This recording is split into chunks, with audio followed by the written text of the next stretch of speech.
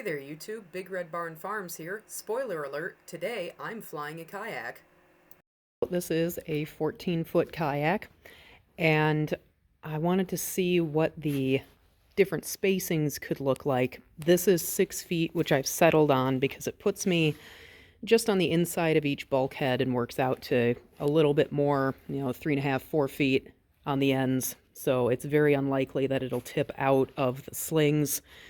I think that's the spacing I'm going to go with when I put it up there.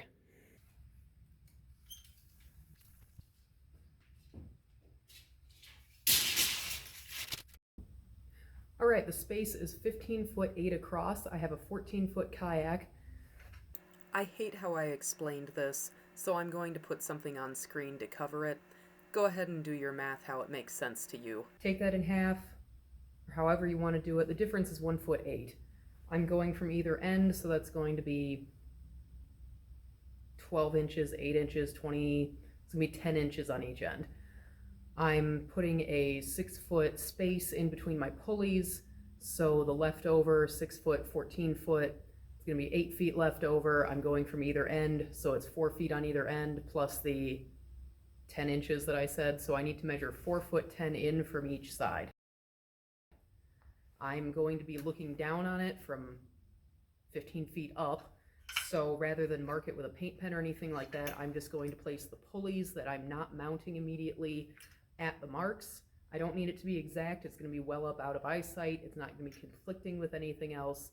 So pulleys, look down on them from up above. That'll get me a close enough spacing.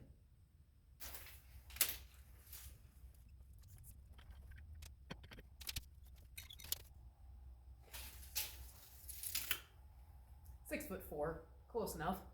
All right, let's go over the tools we'll need and what's included in this kit. So remember, we have the Rad Sport 2 Easy Kayak Hoist. I've got drill, scissors, tape measure, of course, a couple of drill bits, and my Phillips head already in there. You got a front pulley and a rear pulley. So there's your front pulley with your brake, your rear pulley.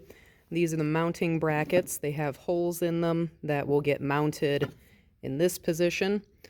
And then the bracket on the outside will slide over them. See that they nest. And that will go together with these big old machine head bolts along with their washers. The mounting screws are for the top holes in the brackets. This is 125-pound weight rated. And then these screws down here are just Phillips head wood screws, and they are for the, what does this call this? Because I want to call it a tether. It is a lift cleat. Then, of course, we have our pulley hooks. And these actually move. Not exactly sure why they made it that way, but I suppose I'll find out as I assemble this. These are the straps for going around the kayak, and this is the 50-some feet of polypropylene rope that's included to hang your kayak. Spoiler alert, I'm going to have to use an impact driver on the mounting screws. And as for screw sizes, it looks like we want a 3/16 for the lag bolts and a 1/8 for the wood screws. The hex head bolts are also 11/16 or 17 millimeters. You will not need an impact driver. I was going into very hard wood.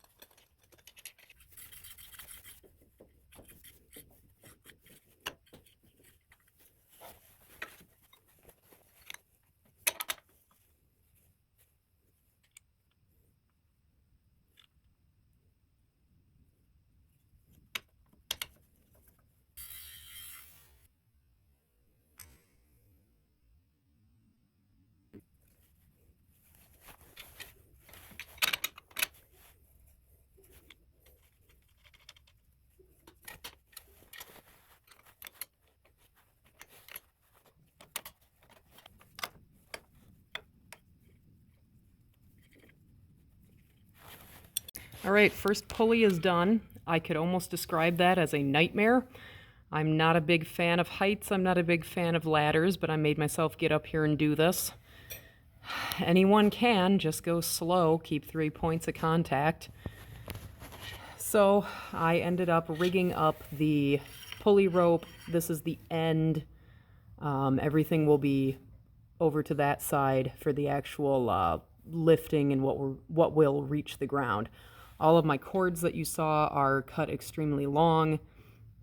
I have this tied off. I have the length tied off here, but I also have a knot up behind the hole so it can't pull through even if this comes undone. Just like a belt and suspenders kind of situation, you know, you want a backup of everything. And yeah, it's nice and sturdy. I do believe that'll support the 125 pounds that it advertised. I did not cut the rope first so that I would have enough to reach down to the floor over to the other side, and I would not have to move the ladder to go work over there. And this is the view from up here. It is a mess down there. I have been making a lot of progress. And when I dropped that bolt, it went straight down. Thank goodness for sand. Never thought you'd hear someone say that, right? I know I said I'm not a fan of ladders, but I'm still going to make an attempt to film as I come down. Just keep my body pressed against the ladder. I have my wrist riding on it. There's my pulley sitting on top of the 2x4 here. Still got a good few feet to go to the ground. 10 feet on this side, 8 feet on that side.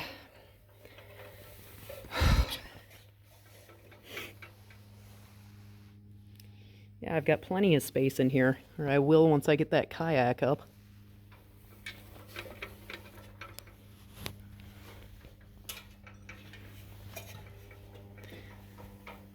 Whew, bottom rung. And there we go.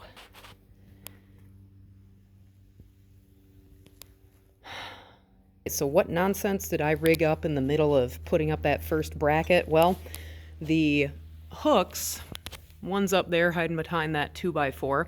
The other one is down here, and they're connected by this white line. And I have that line tied off to another very long line so that when I put up the ladder on the other side, I can just grab that line as well as the pulley line, this black one. I can put the ladder up, I can walk up there with the lines, I can loop them over the beam, and then I can do my work putting up the other bracket, and then I can just run them through. Basically, I'm just going in reverse of the diagram and using a whole lot of extra line to do it. This is relatively soft poly, I think, and this is definitely twisted cotton. It was just laying around. It probably won't break. It was kept inside. It's just old. It's not beaten up, weathered, etc. So, time to move the ladder. Wish me luck.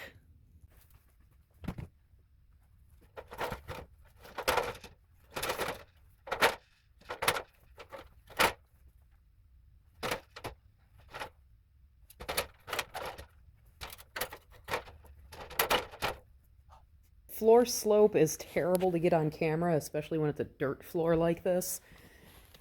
I'm sure it won't come across, but the back of the barn is almost a foot lower than the front of the barn. There are portions of it where it's heavily packed and portions of it where it's definitely not. I shored this up so that I'd have a stable surface. Guess what the tool that kills the most homeowners is? Yeah, it's one of these. I'm doing my best here.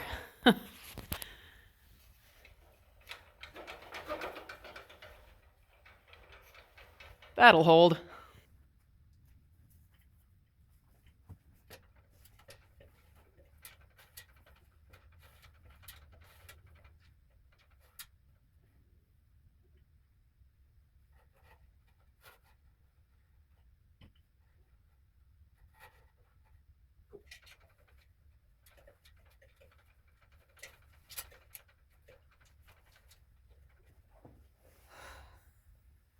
You may find yourself wondering why I'm not just setting my camera up here. Well, there's an awful lot of bird crap up here is why.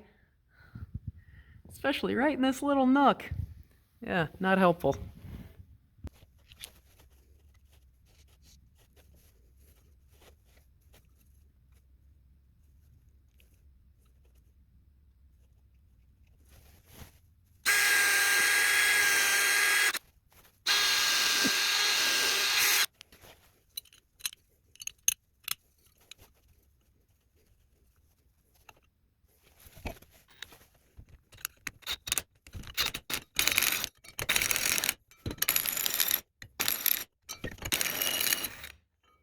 What?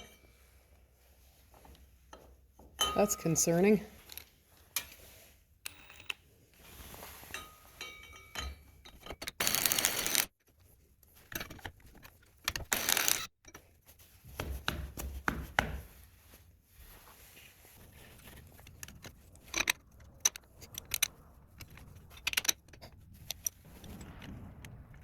Oh.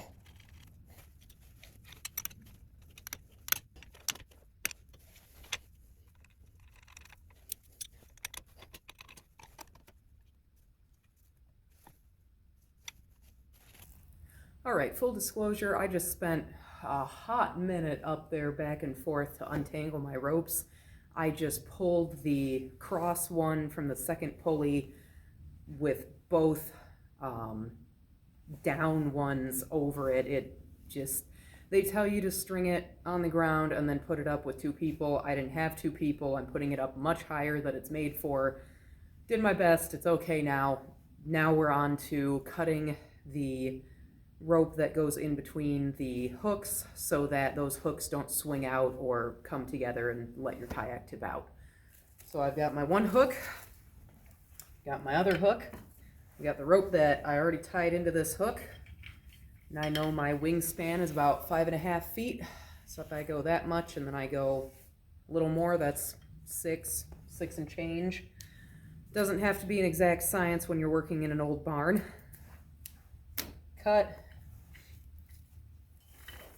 Clear that out, don't need that as a tether anymore. Now, double checking, because it's been a long job. I'm tired, I'm getting colder. It's dropped 20 degrees since I started.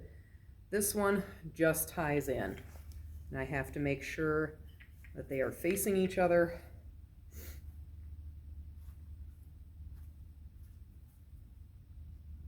Yes, I am going to record myself making a knot for you. I was not a Boy Scout. I was not even a Girl Scout. Just out here doing my best with what I know. And what I know is probably what you know if you're watching this and haven't really done any of this. Regular knot. Tie another around that knot. Make sure it's too big to pull through.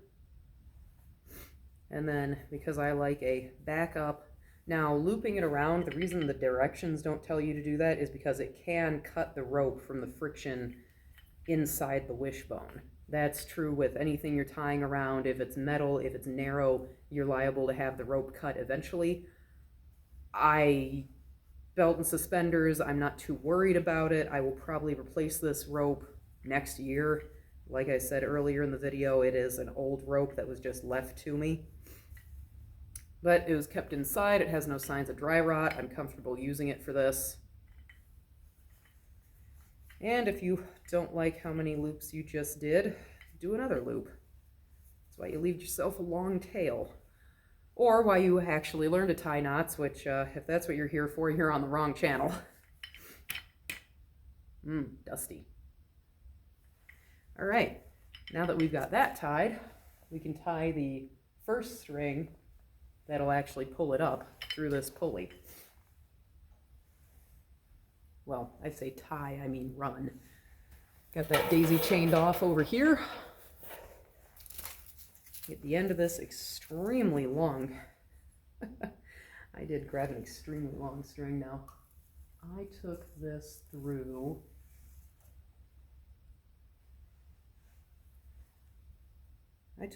so it dangles. That's helpful. I took this through in this direction. Which direction is that?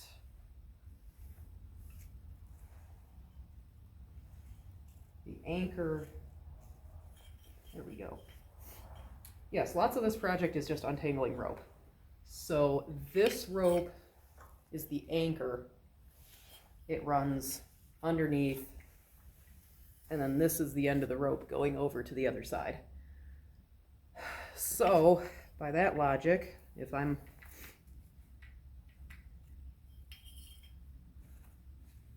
get all of this out of my face, if I'm running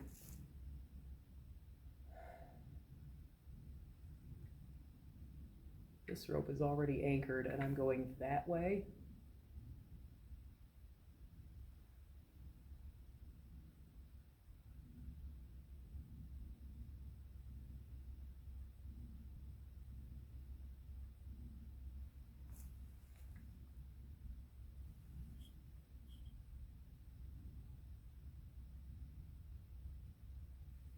Coming in. It's time for the directions. I'm too tired for this.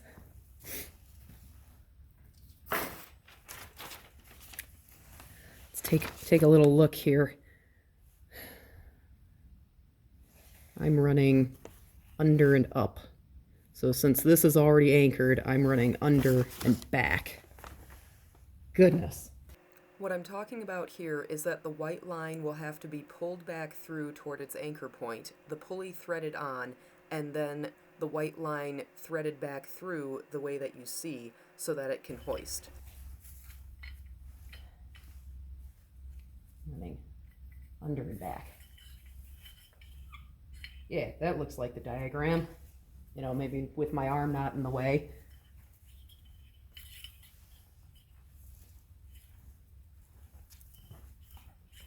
There, that looks like the diagram.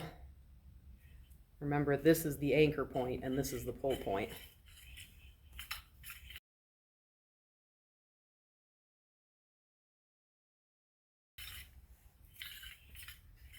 That's how it'll travel. All right.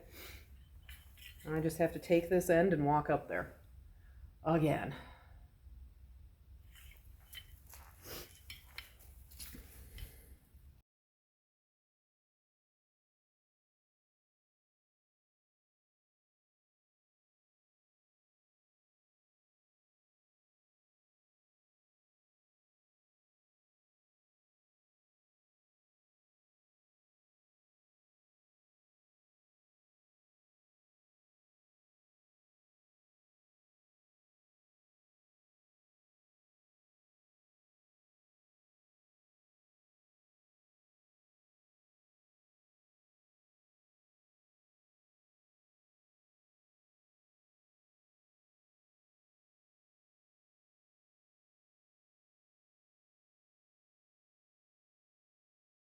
From right to left, you can trace where the line is anchored, comes down to the pulley that hangs the kayak off screen, comes back up in the center to the pulley that's in the bracket, and then runs down on the left to where you can grab it and where you can wrap it around the anchor cleat.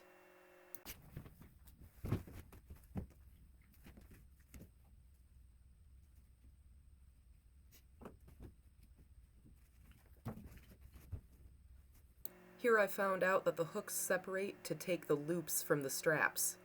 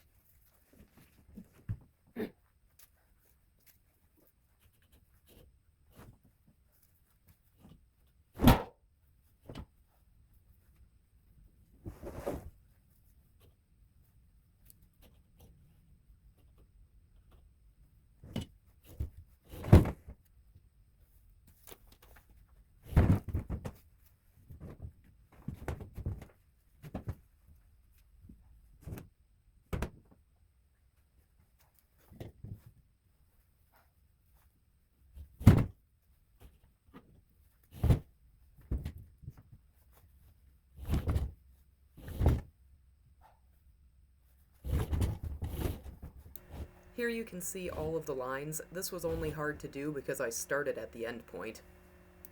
Follow the directions and you'll be just fine. Well, it's up and out of the way, and that's what we wanted. Job long but well done. Big Red Barn Farms will BRB.